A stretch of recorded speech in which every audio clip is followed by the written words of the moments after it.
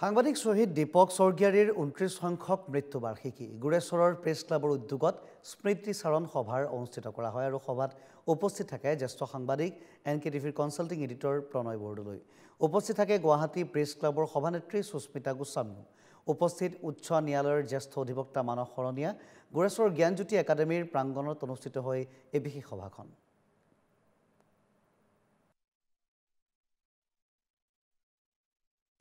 নিখণ্ডে আজি আমাৰ শহীদ সাংবাদিক দীপক স্বৰ্গীয়াৰীৰ আজি ২৯তম তেখেতৰ মৃত্যুবাৰ্ষিকী। আজি দিনটো মই তেওঁৰ প্ৰতি গভীৰ শ্ৰদ্ধাঞ্জলি জ্ঞাপন কৰিছোঁ। পৰম আক্ষেপৰ কথা যে তেওঁৰ মৃত্যু ২৯ বছৰ পিছতো আততায়ী চিনাক্ত নহ'ল। তেওঁ পৰিস্থিতিৰ ধামখুমীয়াত তেওঁৰ মৃত্যু হৈছে। তেওঁক সন্ত্ৰাসবাদী সংগঠনে সম্ভৱতঃ তেওঁক গুলীয়াই হত্যা কৰিছিলে আৰু অসমৰ বিগত সমস্যা সেই সময়ৰ পৰা এতিয়ালৈকে অসমৰ বিগত সমস্যা প্ৰায় ২৭জনমান সাংবাদিক এনেকৈ শ্বহীদ হ'বলগীয়া হৈছে, কোনোবা নিখোজ হৈ গৈছে। আৰু এটা কথা মই দেখিবলৈ পাইছোঁ যে অসমত বিশেষকৈ অন্য দেশৰ অন্য ৰাজ্যত নহয়, অসমত বিশেষকৈ উগ্ৰপন্থীৰ আক্ৰমণৰ ফলত ভালেসংখ্যক সাংবাদিকৰ মৃত্যু হৈছে।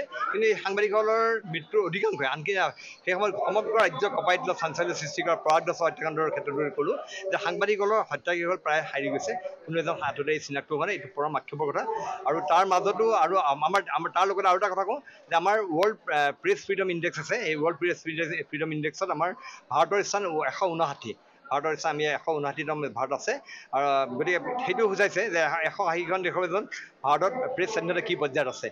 মই আশা কৰিম যে আমাৰ তাৰ মাজতে আমাৰ সাংবাদিকসকলে যথেষ্ট ভাল কাম কৰি আছে। এই সাংবাদিকতা আমাৰ সাংবাদিকতা অব্যাহত ৰাখিছে। বিশেষকৈ মফচলীয়া সাংবাদিকসকলে তেওঁলোকে বিভিন্ন প্ৰত্যাহ্বান হৈছে কাম কৰি